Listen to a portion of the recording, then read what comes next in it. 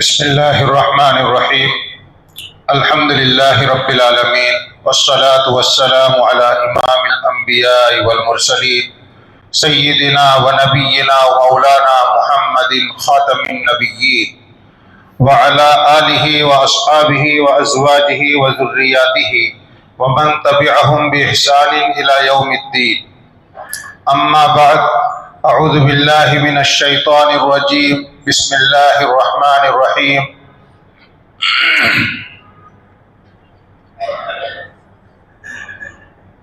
وَإِذْ قَالَ لُقْمَانُ لِابْنِهِ وَهُوَ يَعِظُهُ يَا بُنَيَّ لَا تُشْرِكْ بِاللَّهِ إِنَّ الشِّرْكَ لَظُلْمٌ عَظِيمٌ. صدق اللہ العظیم. قابل احترام بزرگوں، دوستوں، ابھی آپ کے سامنے مولانا نے سورہ لقمان کی آیت نمبر 12 سے لے کر آیت نمبر 19 تک تلاوت کی. 21ویں پارے میں اللہ رب العزت نے ایک سورت، جس پوری سورت کا نام سورہ لقمان ہے، نازل فرمائی ہے. اور لقمان حکیم جو بہت بڑے دانشور اور راجح قول کے مطابق جو پیغمبر نہیں تھے لیکن بڑے سمجھدار، بڑے حکیم، دانا، فراست والے، بہت عمدہ قسم کی باتیں جن کی زبان سے نکلتی تھی، نبی کریم صلی اللہ علیہ وسلم کے زمانے سے کئی سو سال پہلے جن کا زمانہ گزر چکا تھا، لیکن لقمان کا تذکرہ عربوں میں اور خود یہود اور نصارہ میں بھی جاری تھا. عرب کے شعراء اپنے اشعار میں حضرت لقمان کی حکمت کی باتوں کا اور ان کی حکمت کا تذکرہ کیا کرتے تھے. مکے میں جب حضرت نبی کریم صلی اللہ علیہ وسلم نے دین کی دعوت دینا شروع کیا تو یہ حضرت لقمان کو بہت اچھا حکیم اور دانشور سمجھنے والے مشرکین دیکھتے کہ ان کی اولاد میں سے کوئی ایمان لے آیا ہے تو اس کو شرک کرنے پر مجبور کرتے تھے. اللہ رب العزت نے ان کے اس تضاد کی اصلاح فرمائی کہ تم ایک طرف لقمان کو بہت اچھا آدمی سمجھتے ہو، انہی لقمان کی نصیحتوں میں سے سب سے بڑی نصیحت یہ تھی، انہوں نے اپنے بیٹے کو نصیحت کرتے ہوئے کہا تھا یا بنی لا تشرک باللہ، اللہ کے ساتھ کسی کو شریک مت کر. اور تم خود تو ایمان نہیں لاتے اور اپنی اولاد اگر ایمان لاتی ہے تو ان کو کفر کرنے پر، شرک کرنے پر مجبور کر رہے ہو. اس کے علاوہ حضرت لقمان کی اور بھی بہت سی حکمت بھری باتیں اللہ رب العزت نے ان 8 آیتوں میں بیان فرمائی ہے. اندازہ لگائیے حضرت لقمان کس پائے کے آدمی ہوں گے کہ ایک طرف نبی نہیں ہیں لیکن کتنے مخلص، کتنے سمجھدار، اور ان کی باتیں کتنی سچی ہوگی کہ اللہ رب العزت نے ان کی باتوں کو قرآن میں نازل فرمایا. قیامت تک ان کی باتوں کی تلاوت کی جاتی ہے اور ساری مخلوق ان کی باتوں پر عمل کر کے، ان کی نصیحتوں پر عمل کر کے فائدہ اٹھاتی ہے. حضرت لقمان کون تھے، کب تھے، اس بارے میں چونکہ حتمی طور پر کوئی باتیں نہیں ہیں، اس لیے مفسرین نے جس کے نزدیک جو راجح قول تھا اس کو بیان کیا ہے.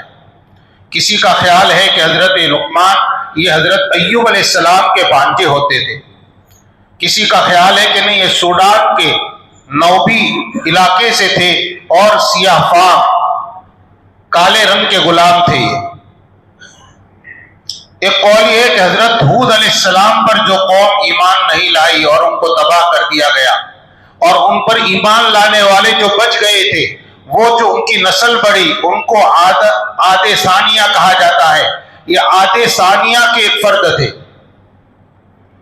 اور ایک خیال یہ ہے کہ نہیں یہ حمیر کے بادشاہ رہے ہیں. اور ایک قول یہ ہے کہ شداد جو بڑا نافرمان تھا، اللہ تعالیٰ نے جب اس کو تباہ کیا تو یہ شداد کے بھائی تھے، تو شداد کی ساری حکومت کے مالک حضرت لقمان بن گئے تھے. لیکن بہرحال یہ اگر بادشاہ تھے تو بہت صالح، بہت نیک اور بہت عادل، انصاف پرور بادشاہ تھے اگر تھے تو۔ ان کا زمانہ، کچھ لوگوں کا خیال ہے کہ حضرت عیسیٰ علیہ السلام کے زمانے سے 300 سال پہلے، اور ایک خیال یہ ہے کہ حضرت عیسیٰ علیہ السلام کے زمانے سے 1000 سال پہلے حضرت لقمان گزرے۔ کہتے انہوں نے لمبی عمر پائی تھی، بعضوں نے ان کی عمر بھی 1000 سال کے قریب بتائی ہے، اس لیے ان کو کئی نبیوں کا زمانہ ملا، کئی نبیوں سے استفادے کا موقع ملا۔ یہ فتویٰ دیا کرتے تھے، فیصلے کیا کرتے تھے، لیکن جب حضرت داؤد علیہ السلام کو اللہ نے نبوت عطا فرمائی، انہوں نے فیصلے کرنا بند کر دیا کہ اب مجھے حق نہیں ہے کہ ایک نبی کے ہوتے ہوئے میں فیصلے کروں۔ حضرت لقمان کی خوبی ان کی حکمت بری باتیں ہیں۔ حکمت کہتے ہیں نصیحت کی بات، ایسی بات جس پر عمل کرنے سے آدمی برائی سے بچ جائے، ایسی بات جو قبیح سے، بری باتوں سے روکنے والی ہو اور نصیحت پر ابھارنے والی ہو، عبادت کے اوپر جس سے آدمی کو شوق پیدا ہو، ایسی باتوں کو حکمت کہا جاتا ہے۔ اور دانائی کی، سمجھداری کی بات کو، فراست کی بات کو بھی حکمت کہتے ہیں۔ علم مال عمل کو بھی حکمت کہا ہے۔ ہر وہ علم جو آپ نے حاصل کیا اور اس پر آپ عمل کر رہے ہیں تو یہ علم خالی علم نہیں، اب یہ حکمت بن گیا، اور اگر عمل نہیں کر رہے تو خالی علم ہے۔ حضرت لقمان سے ایک مرتبہ حضرت داؤد علیہ السلام نے فرمایا بکری ذبح کرو اور اس کا سب سے قیمتی حصہ میرے پاس لے آؤ۔ حضرت لقمان نے بکری ذبح کی، اور بکری کی زبان اور بکری کا دل، یہ دو چیزیں پیش کی۔ فرمایا بکری کے جسم میں سے یہ دو چیزیں سب سے عمدہ ہے۔ اشارہ اس طرف تھا کہ انسان کے جسم میں بھی زبان اور دل، یہ دو چیزیں بہت عمدہ ہے۔ اگر دل صحیح سوچنے والا ہے، دل اگر صحیح ہے، گندگیوں سے پاک ہے، وہ دل، اس کی حکمرانی پورے بدن پر بھی صحیح ہوگی، اور آدمی کی زبان صحیح ہے تو وہ آدمی بھی صحیح، یعنی لوگوں سے صحیح طریقے پر بات کرنے کے لائق ہوگا۔ زبان غلط ہے تو اس آدمی سے بہت نقصان پہنچے گا، خود بھی نقصان اٹھائے گا، دوسروں کو بھی نقصان پہنچائے گا۔ حضرت داؤد علیہ السلام نے پھر کسی موقع پر ان سے یہی فرمایا کہ ایک بکری ذبح کرو، اور اس بکری کے بدن کے اس کے حصوں میں سے سب سے برا حصہ میرے سامنے لاؤ۔ حضرت لقمان نے بکری ذبح کی دوسری مرتبہ بھی، اور دوسری مرتبہ بھی انہوں نے دل اور زبان، یہ دو چیزیں پیش کی۔ اس طرف اشارہ تھا کہ اگر دل برا ہے تو اس سے زیادہ بری بات، بری چیز کوئی نہیں ہے۔ زبان اگر گندی ہے تو اس سے زیادہ گندی چیز کوئی نہیں۔ حضرت لقمان نے فرمایا ایک مرتبہ کہ مجھے بہت سے نبیوں سے زیارت اور ملاقات کا شرف حاصل ہوا ہے، میں نے ان نبیوں سے 8 باتیں میں نے خاص طور پر یاد رکھی ہے۔ یہ باتیں ہم بھی سنیں اور دل کے کانوں سے سنیں، اپنی زندگی کے اندر اتارنے کے لائق باتیں ہیں، اس کو اتارے تاکہ ہم کو بھی فائدہ ہو۔ پہلے تو فرمایا کہ نماز میں اپنے دل کی حفاظت کرو، وہی 2 دن پہلے جس خشوع کا ذکر ہوا، فرمایا نماز میں اپنے دل کی حفاظت کرو، اور کھانے میں حلق کی حفاظت کرو، کھانا کھاتے وقت حلق کی حفاظت کرو۔ اس طریقے پر نہ کھاؤ کہ آپ کے حلق کے اندر کوئی تکلیف ہو جائے، لقمہ پھنس جائے، اور اس کا مطلب یہ بھی ہے کہ کوئی چیز، مشتبہ لقمہ، حرام کا لقمہ اپنے حلق سے اترنے مت دو۔ نماز میں دل کی حفاظت کرو، کھانے میں حلق کی حفاظت کرو، اور فرمایا اس کے ساتھ کہ زیادہ نہ کھاؤ۔ تیسری بات فرمائی کہ جب کسی دوسرے کے گھر پر جاؤ تو اپنی نگاہوں کی حفاظت کرو، وہاں تمہیں جس جگہ بھی بٹھایا گیا ہے وہاں تمہاری نگاہوں پر قابو ہونا چاہیے، یہ نہیں کہ میزبان کے گھر کی عورتوں پر، ان کی بیٹیوں پر تمہاری نظر پڑے یا قصدن نظر ڈالو۔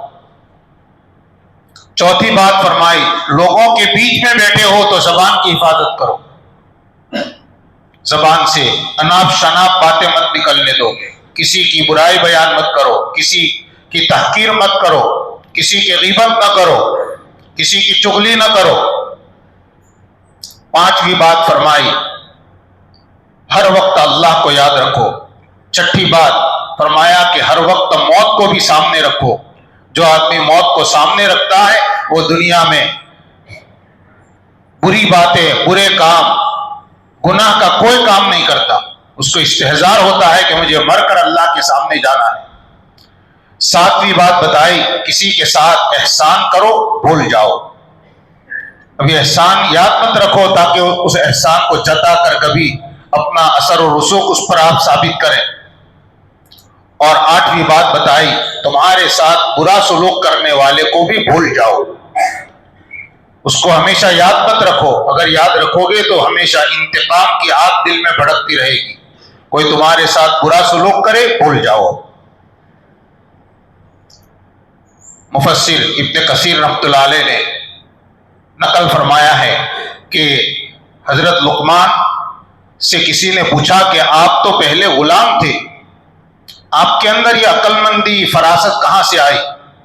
حضرت لقمان نے اس وقت فرمایا کہ میں نے ان باتوں کا لحاظ کیا۔ ایک تو نگاہوں کی حفاظت کی ہمیشہ، دوسرا فرمایا میں نے اپنی زبان کی فضول باتوں سے حفاظت کی، تیسرا فرمایا کہ خوراک میں نے صحیح لی، اپنے پیٹ میں کبھی بھی حرام کا لقمہ نہیں جانے دیا، کوئی شبہ والی روزی کبھی میں نے نہیں کھائی، اور تیسرا چوتھی بات بتائی میں نے اپنے ناموس کی حفاظت کی، یعنی کبھی بھی میں بدکاری میں مبتلا نہیں ہوا۔ کل کے مضمون میں آیا تھا والذین هم علی فروجہم والذین هم لفروجہم حافظون، اپنی ناموس کی حفاظت کرنا، ناجائز طریقے پر اپنی شہوت کو پوری کرنے کے جتنے راستے ہیں ان سے بچنا، پاک دامنی جس کو کہتے ہیں۔ فرمایا پانچویں بات سچ بولنے کی میں نے ہمیشہ عادت رکھی، سچ بولنا، اور چھٹی بات وعدہ پورا کرنا۔ یہ سب ایمان کے شعبے ہیں۔ ہمارے نبی صلی اللہ علیہ وسلم کی حدیثوں میں ان میں سے ایک ایک کی ترغیب اور اہمیت بیان کی گئی ہے، یہ وہی باتیں ہیں۔ ساتویں بات بتلائی کہ مہمان کی عزت کرنا، اور آٹھویں بات پڑوس کی حفاظت کرنا، پڑوس کو اپنی ذات سے تکلیف نہ پہنچے، پڑوس کے راز کی حفاظت کرنا، اس کے حالات کی رعایت کرنا، اور آخری بات بتلائی لایانی کاموں کو ترک کرنا، والذین هم عن اللغو معرضون، لغو چیزوں سے اعراض کرنا۔ فرمایا یہ باتیں ان کا التزام میں نے کیا تو اللہ تعالیٰ نے مجھے حکمت اور فراست عطا فرمائی۔ حضرت لقمان نے اپنے بیٹے کو نصیحت کرتے ہوئے ایک مرتبہ فرمایا ایاک والدین، بیٹے قرض سے بچنا، فإنہ ذل النہار وہم اللیل، قرض دن میں ذلت کا ذریعہ بنے گا اور رات میں ٹینشن اور فکر کا ذریعہ بنے گا۔ قرض لیا تو رات میں فکر ستائے گا، اور دن میں آدمی باہر نکلے گا تو اب قرض وقت پر ادا نہیں کر رہا ہے تو اس کو ذلت کا سامنا کرنا پڑے گا، قرض کا مطالبہ کرے گا، اس کو مختلف پریشانیاں پیش آئے گی۔ یہ قیمتی نصیحت انہوں نے اپنے بیٹے کو فرمائی۔ ایک مرتبہ اپنے بیٹے سے انہوں نے فرمایا یا بنی ان الدنیا بحر عمیق، بیٹے دنیا بہت گہرا سمندر ہے، ہلک فیہا خلق کثیر، اس میں بہت ساری مخلوق ہلاک ہو گئی، بہت سے لوگ ڈوب کر ہلاک ہو گئے۔ یعنی دنیا میں مشغول ہونا، ایسا مشغول ہونا کہ اللہ کے حکموں کی آدمی پرواہ نہ کرے، اس کو کہتے ہیں سمندر میں ڈوبنا اور ہلاک ہو جانا۔ فرمایا دنیا میں اگر جینا ہے تو دنیا کے گہرے سمندر میں تقویٰ تمہاری کشتی بنے، اور ایمان باللہ کشتی کا سامان رہے، توکل علی اللہ، اللہ پر بھروسہ کرنا اس کشتی کا پتوار رہے، تب جا کر تم بچ سکتے ہو۔ فرمایا ورنہ میں نہیں سمجھتا کہ اس دنیا کی ہلاکتی سے تم بچ سکو گے۔ حضرت لقمان کی جو نصیحت اللہ رب العزت نے قرآن میں بیان فرمائی ہے وہ کل 10 باتیں باتیں ہیں نصیحت کی، ان میں عقائد کا بھی بیان ہے، عبادت کا بھی بیان ہے، اس میں معاشرت کی اصلاح کا بھی بیان ہے، اخلاق کی اصلاح کا بھی بیان ہے، اور اپنے اعمال کی درستگی کا بھی بیان ہے۔ وہ باتیں بالترتیب آپ کے سامنے ذکر کی جاتی ہے، ہم سننے کے ساتھ نیت بھی کریں کہ ہم بھی اپنی زندگی میں ان باتوں کو، جو صرف حضرت لقمان کی باتیں نہیں، اللہ تعالیٰ نے جب ان کو قرآن میں نازل فرمایا تو ابھی اللہ رب العزت کا کلام ہوا، اللہ تعالیٰ کی باتیں ہوئی، اپنی زندگی میں ہم ضرور ان کو زندہ کریں گے۔ اللہ تعالیٰ فرماتے ہیں اذ قال لقمان لابنہ وہو یعظہ، جب لقمان نے اپنے بیٹے سے کہا جبکہ وہ اپنے بیٹے کو نصیحت کر رہے تھے۔ نصیحت آدمی کے دل و دماغ میں جو تاریکی اندھیرا ہوتا ہے، اس اندھیرے کو معرفت کے نور سے منور کرنے کا نام نصیحت ہے۔ نصیحت کرنے سے آدمی اثر لیتا ہے، باپ بیٹے کو نصیحت کرے، چھوٹا بڑا چھوٹے کو کرے، استاد شاگرد کو کرے، تو اس سے فوراً آدمی کا اثر کیا یہ پورا خیر خواہانہ مجھ سے بات کر رہا ہے۔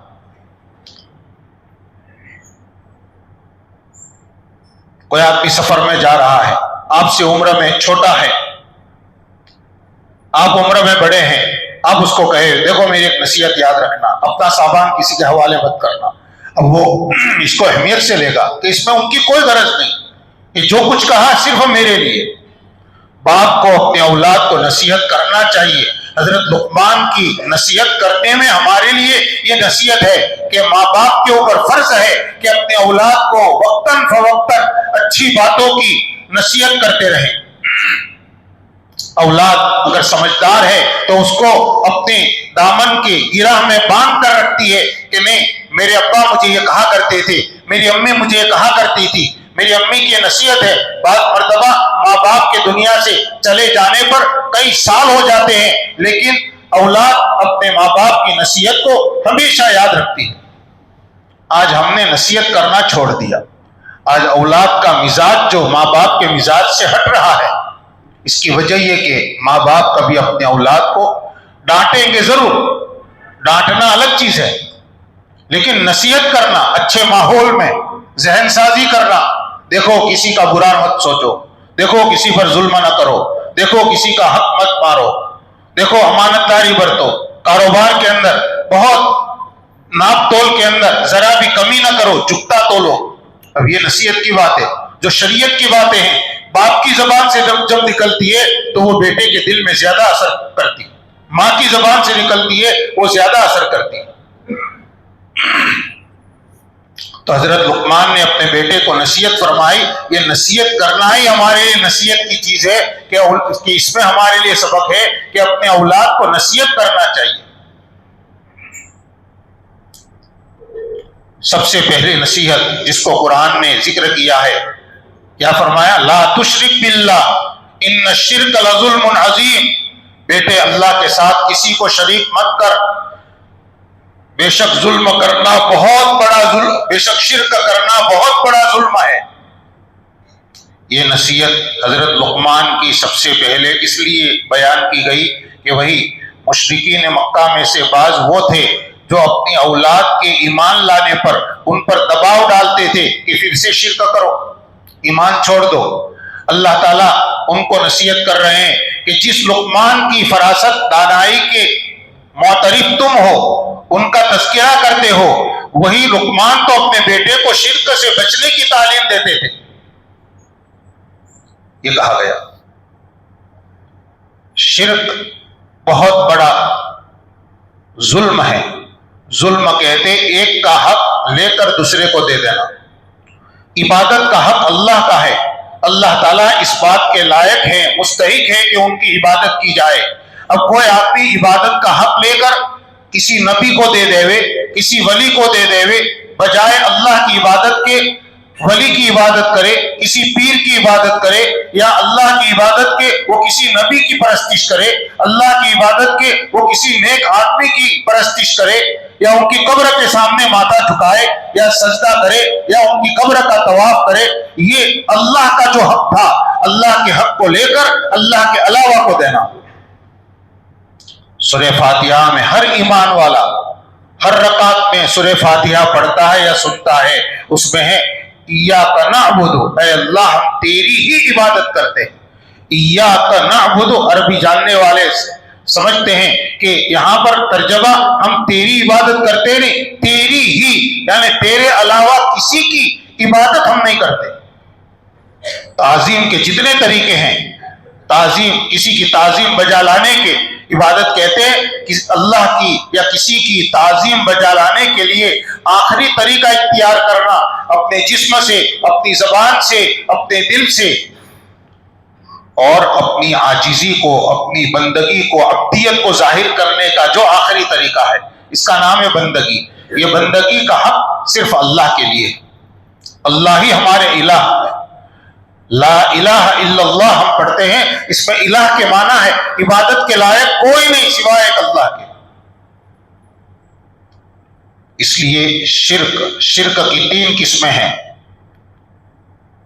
شرک کی 3 قسمیں ہیں۔ اللہ کی ذات میں کسی کو شریک ماننا، کہ جیسی اللہ کی ذات ہے ویسی فلاں کی ذات یا فلاں کی ذات۔ شرک صفات میں اللہ تعالیٰ کی جو ذاتی صفات ہے، علم، قدرت، حیات، ارادہ، اللہ تعالیٰ کا سننا، اللہ تعالیٰ کا دیکھنا، اللہ تعالیٰ ہمیشہ سے زندہ ہے، ہمیشہ زندہ رہیں گے، حیات اور کلام، خلق، یہ 8 صفات ہیں۔ ان صفات کو اللہ کی ذات میں کسی اور کو بھاگیدار سمجھنا، کہ جیسے اللہ تعالیٰ کو جتنا علم ہے ایسا فلاں کو بھی علم ہے، اللہ کی جیسی طاقت ہے ایسی طاقت فلاں کے اندر بھی ہے، یہ صفات میں شرک ہوا۔ اور ایک ہے شرک فی الافعال، کاموں میں اللہ تعالیٰ کے جو مخصوص کام ہیں، جیسے پیدا کرنا اللہ کا مخصوص کام ہے، روزی دینا اللہ کا مخصوص کام ہے، اولاد دینا، روزی کسی کی روکنا اللہ تعالیٰ کا مخصوص کام ہے۔ اب اس کام کے اندر دوسرے کو بھاگیدار سمجھنا کہ فلاں بھی ہماری روزی کو روک سکتا ہے۔ اللہ معاف فرمائے، آج ہمارے اندر دبے پاؤ شرکیہ باتیں ہمارے دل و دماغ میں بیٹھ چکی ہیں۔ کبھی کاروبار برابر چل نہیں رہا ہے، اچھی آمدنی نہیں آ رہی ہے، تو کسی نے پکڑا دیا کہ تمہاری روزی پر فلاں نے بندش لگا دی ہے۔ اس کا مطلب یہ ہوا کہ کسی نے روزی آپ کی روک دی۔ روزی دینے والے تو اللہ تعالیٰ ہے، ان اللہ هو الرزاق ذو القوت المتین، اللہ تعالیٰ ہی ہے روزی دینے والے، ذو القوت طاقتور، المتین جو بہت مضبوط، جس کے فیصلے کو کوئی ٹال نہیں سکتا، اس کے فیصلے کو کوئی روک نہیں سکتا۔ نبی پاک صلی اللہ علیہ وسلم ایک دعا پڑھتے تھے نماز میں ثنا کے بعد، اللہم لا مانع لما آتیت ولا معطی لما منعت، اے اللہ تو جو چیز دینا چاہے اس کو کوئی روک نہیں سکتا، کوئی طاقت روک نہیں سکتی۔ تو بندش کا کیا مطلب ہے؟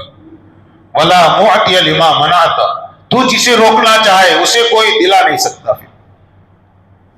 پیارے نبی صلی اللہ علیہ وسلم فرما رہے ہیں، اس لیے یہ عقیدہ رکھنا، اس کی گنجائش دماغ میں رکھنا کہ فلاں نے اولاد روک دی ہے اس لیے اولاد نہیں ہو رہی ہے، خدا نے فیصلہ کیا ہے، اللہ نے تقدیر میں لکھا ہے، اس کو ہم نہیں سوچتے۔ ایمان بالقدر ہمارا وہ مضبوط عقیدہ ہے جو ہم کو کتنے توہمات سے اور کتنے ہی ایسی شرکیہ باتوں سے بچاتا ہے۔ ایمان بالقدر کہ اللہ نے جس کی روزی اتنی لکھی ہے اس لیے اتنی آئے گی، وہ اس کے زیادہ حاصل کرنے کی کتنے ہاتھ پاؤں مارے گا لیکن اس سے زیادہ نہیں آئے گی۔ یہاں بندش کی ضرورت نہیں، تقدیر کا یہ فیصلہ ہے اور تقدیر کے فیصلے کو کوئی ٹال نہیں سکتا، اور جس کی روزی زیادہ لکھی ہے اس کو زیادہ ملے گی۔ اولاد جس کی لکھی ہے تو اس کو اولاد ہوگی، جس کو بے ولد رہنا لکھا ہے اللہ تعالیٰ نے تو وہ بے ولد رہے گا، کتنی کوشش کرے، کتنے علاج کرے۔ ڈاکٹر علاج کے ذریعے کوشش کریں گے، مشورے دیں گے، لیکن نہیں ہو رہی، اس کا مطلب یہ ہے کہ تقدیر میں لکھا ہے کہ اس کو اولاد نہیں ہوگی۔ اور قرآن میں یہ مضمون آیا ہے کہ اللہ تعالیٰ جس کو چاہتے ہیں لڑکیاں دیتے ہیں، جس کو چاہتے ہیں لڑکے دیتے ہیں، جس کو چاہتے ہیں لڑکے اور لڑکیاں دونوں دیتے ہیں، اور جس کو چاہتے ہیں اللہ تعالیٰ عقیم اور بانجھ رکھتے ہیں، بے ولد رکھتے ہیں۔ قرآن نے مضمون صاف بیان کیا ہے، یہاں بندش کی کیا ضرورت ہے؟ لیکن نہیں، ہم نے ایسی چیزوں کو باوجود موحد اور مومن ہونے کے اپنے دل و دماغ میں ایسی چیزیں بٹھا دی۔ توحید کو سمجھنا چاہیے، توحید کا تقاضا کیا ہے؟ توحید خالی لا الہ الا اللہ پڑھنے کا نام نہیں، ایک یقین کا نام ہے کہ جو کام اللہ تعالیٰ کے ہیں وہ کسی کے بس میں نہیں ہے، اور جو اختیارات اللہ تعالیٰ کے ہیں وہ کسی کے اختیار میں نہیں ہے۔ حضرت شاہ اسماعیل شہید رحمۃ اللہ علیہ کی کتاب ہے تقویۃ الایمان، انہوں نے توحید کو سمجھایا ہے اور شرک کی باریک باریک قسموں کو بتایا ہے، اور مثالیں دے دے کر توحید کو ایسا سمجھایا ہے کہ اس سے عمدہ کتاب، تفصیلی کتاب توحید کو سمجھنے کے لیے کوئی نہیں ہے۔ علماء کو پڑھنا چاہیے اور یہ باتیں عوام کے سامنے بھی آنی چاہیے کہ ہم بے خبری میں کون کون سی شرکیہ گمانوں میں یا شرکیہ خیالات میں مبتلا ہو رہے ہیں۔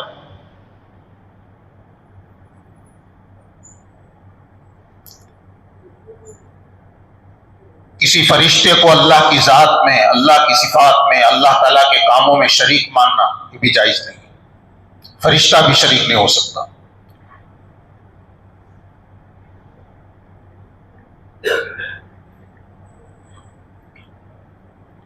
یہاں پر حضرت لقمان کی پہلی نصیحت ذکر کرنے کے بعد اللہ رب العزت نے چند باتیں اپنی طرف سے بیان فرمائی ہیں، اور یہ شرک کی بات، نصیحت شرک کے سے بچنے کی جو نصیحت تھی اس کو سب سے پہلے ذکر کیا۔ اس کی وجہ یہ کہ یہ آیتیں جو نازل کی گئی تھی اس کا پس منظر مکے میں کچھ ایسے لوگ تھے جو اپنے اولاد کو شرک کرنے پر مجبور کرتے تھے۔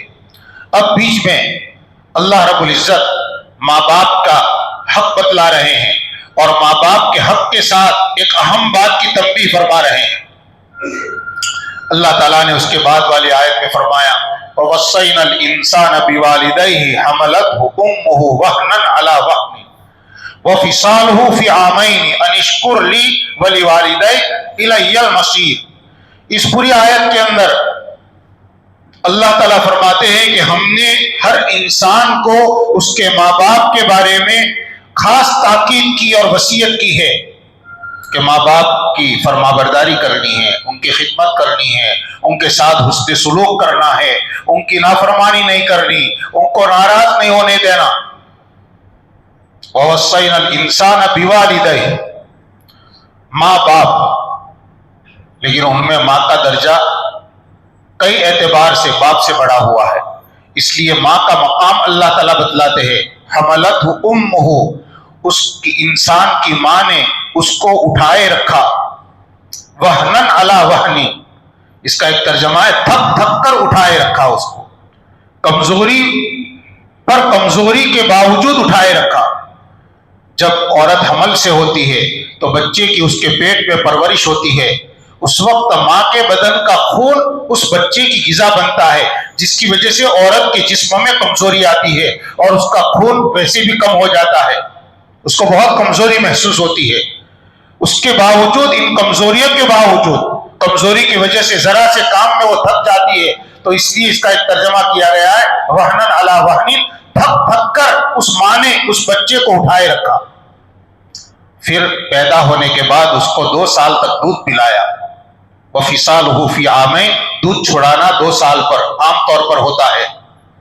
اللہ تعالیٰ فرماتے ہیں ہماری وصیت انسان کو یہ ہے انشکر لی ولی والدیک، کہ میرا بھی شکر ادا کر اور اپنے ماں باپ کا بھی شکر ادا کر، نہ اپنے رب کو بھول، نہ اپنے ابوین کو، اپنے ماں باپ کو بھول۔ اگر اللہ کے حق کو ضائع کیا، شرک کرنے لگے یا دوسری نافرمانیوں میں مبتلا ہوئے یا ماں باپ کے حق کو ضائع کیا، الی المصیر، میری طرف لوٹ کر آنا ہے، اپنی زندگی کا، اپنے معاملات کا حساب دینا ہے، اپنے رب کے ساتھ کیا معاملہ کر کے آئے اور اپنے ماں باپ کے ساتھ کیا معاملہ کیا۔ سورہ اسراء میں ماں باپ کے حقوق کو اللہ تعالیٰ نے اور تفصیل سے بیان فرمایا ہے وَقَضَىٰ رَبُّكَ أَلَّا تَعْبُدُوا إِلَّا إِيَّاهُ، آپ کے پروردگار نے یہ فیصلہ فرمایا ہے کہ اللہ کے علاوہ کسی کی عبادت نہ کرو، یہ وہی توحید۔ وَبِالْوَالِدَيْنِ إِحْسَانًا، اور اللہ کا فیصلہ یہ بھی ہے کہ ماں باپ کے ساتھ اچھا سلوک کرو۔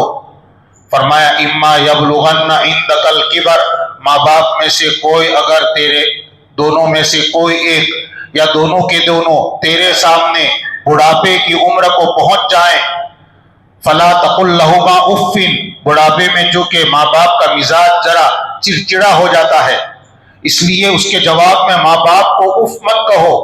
اف یعنی یہ بھی مت کہو، عربی میں اس کو کہتے ہیں اف سے تعبیر کرتے ہیں. دوسرا ولا تنہرہما، ان کو جھڑکو بھی مت. وقل لہما قولا کریما، اور ان کے ساتھ بہت ہی شریفانہ گفتگو کرو. قولا کریما، بہت جھک کر، بہت نرمی سے. وہ بوڑھے ہیں، چاہے ان کا مزاج سخت ہو گیا ہے، لیکن ان کے ساتھ شریفانہ برتاؤ کرو. وَاخْفِضْ لَهُمَا جَنَاحَ الذُّلِّ مِنَ الرَّحْمَةِ وَقُلْ رَبِّ ارْحَمْهُمَا كَمَا رَبَّيَانِي صَغِيرًا. فرمایا ماں باپ کے سامنے رحمت اور شفقت سے اپنا ذلت کا بازو جھکاؤ، پست کرو، یعنی ان کے سامنے ظاہر سے بھی بہت جھکے ہوئے رہو، بولنے میں بھی جھکے ہوئے، آواز بلند مت کرو، اپنا لہجہ تیز مت کرو. رحمت اور شفقت سے ذلت کا بازو اس کو کہتے ہیں، اس کو جھکاؤ. جھکاؤ کا مطلب ان کے سامنے بہت بہت دبے ہوئے، چھوٹے بن کر رہو.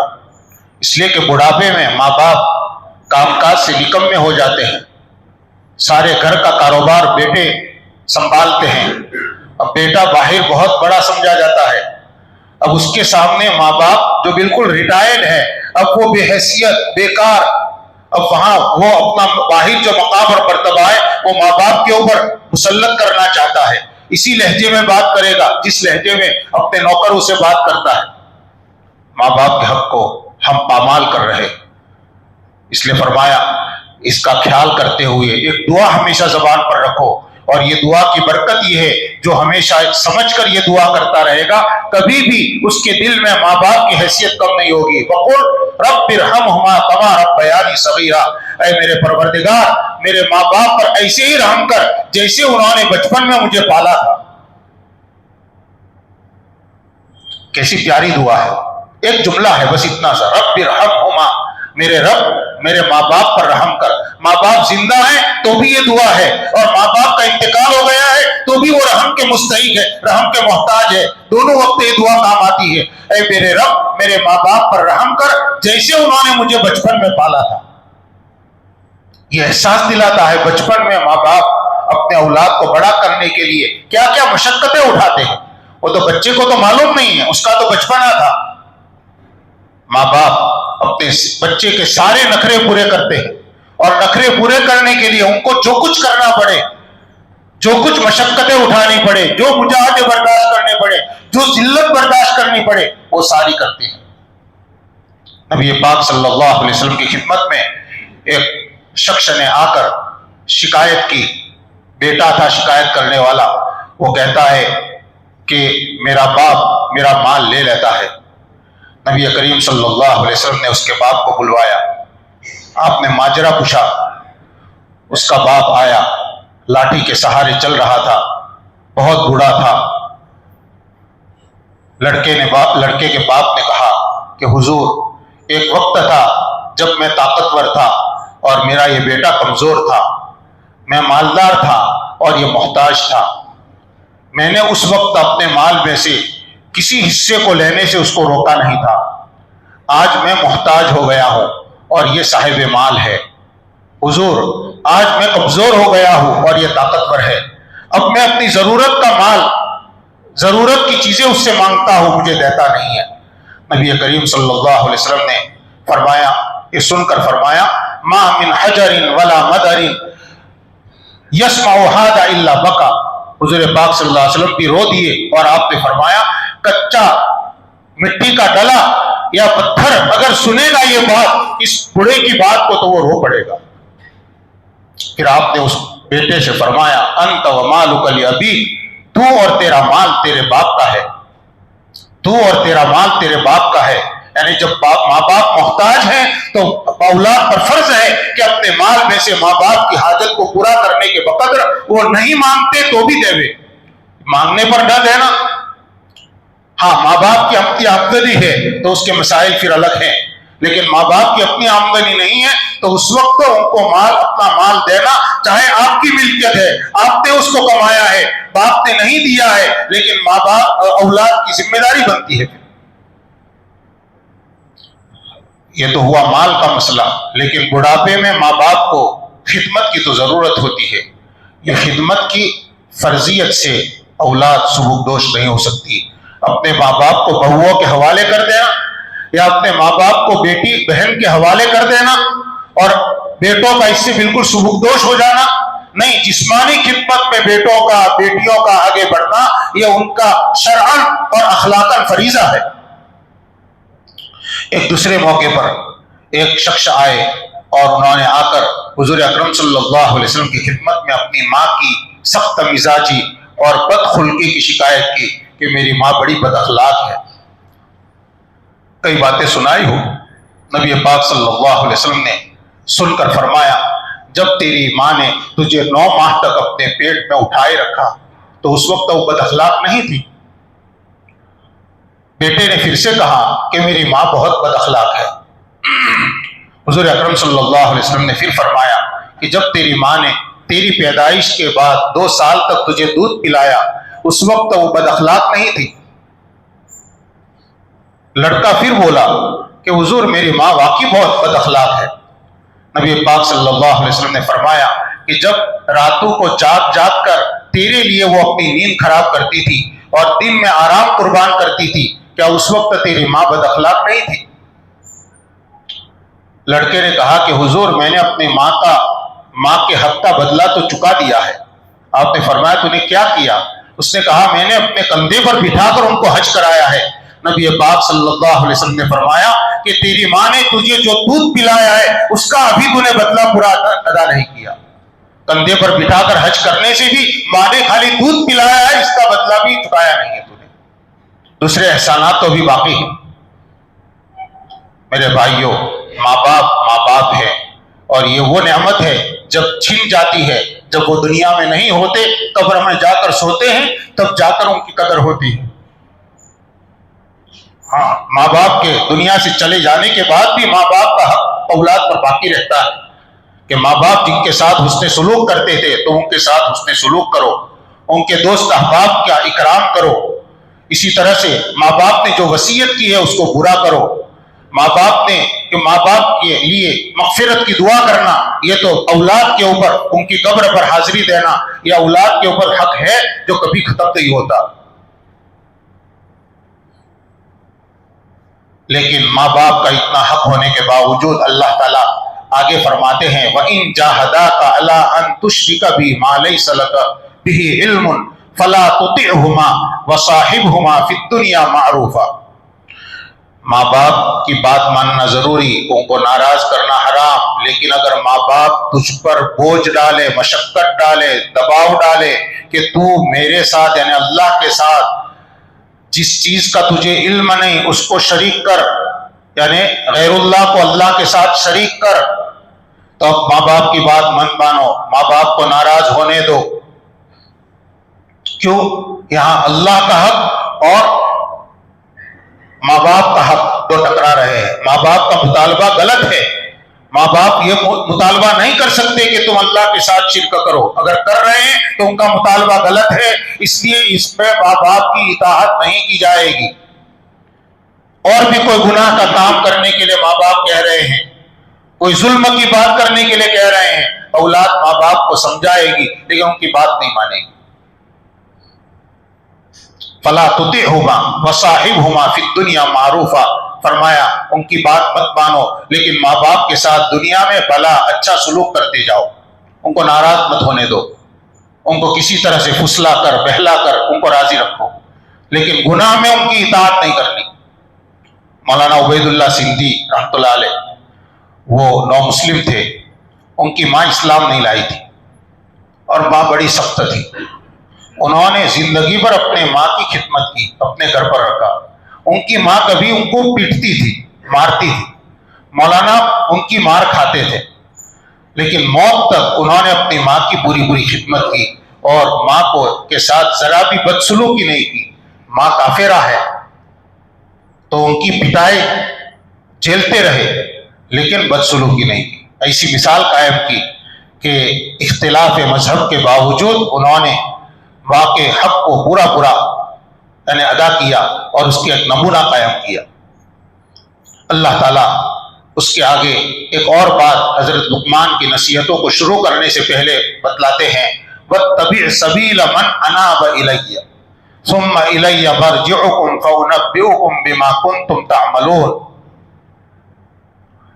کہ تم ایسے لوگوں کی راہ کا اتباع کرو، پیروی کرو جنہوں نے مجھ سے لو لگا رکھی ہے۔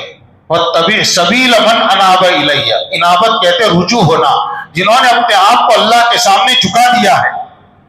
مفتی تقی صاحب دامت برکاتہ نے اس کا ترجمہ کیا ہے، جنہوں نے اللہ سے لو لگا رکھی ہے، اللہ سے ان کا والہانہ تعلق ہے، ان کے دلوں میں خدا کا خوف ہے، ان کے پاس صحیح علم ہے، جو عبادت صحیح طریقے پر کرتے ہیں، ان کے راستے کا اتباع کرو، نہ کہ فاسقوں کا، نہ کہ اہل بدعت کا، نہ کہ اہل زیغ اور اہل ضلال کا۔ گمراہ لوگوں کی باتوں کی پیروی مت کرو، ان کا فالو مت کرو۔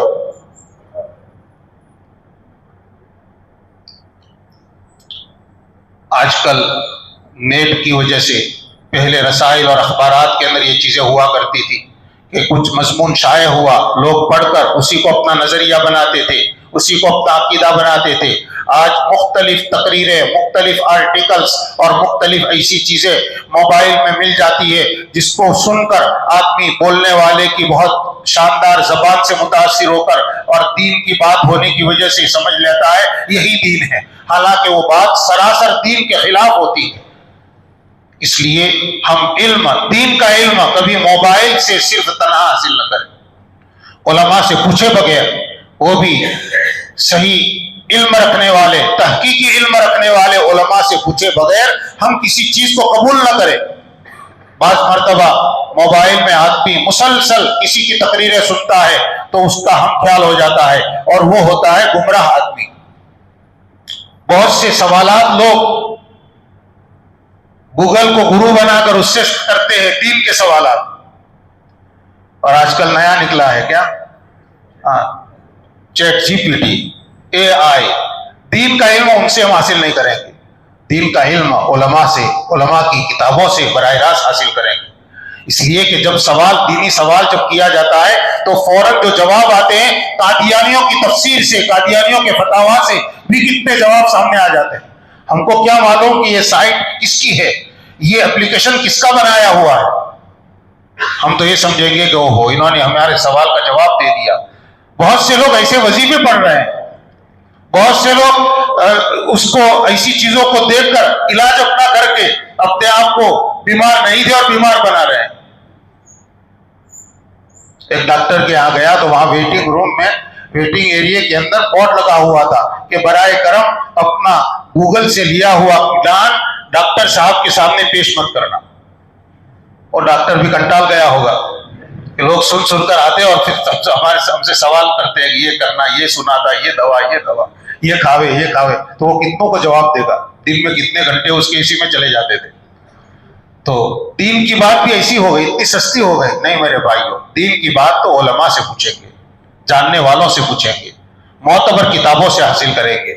ایک آدھ کتاب پڑھ کر اس کا اتباع کر لینا، ایک آدھ مضمون پڑھ کر اس کا اتباع کر لینا، یہ صحیح نہیں ہے۔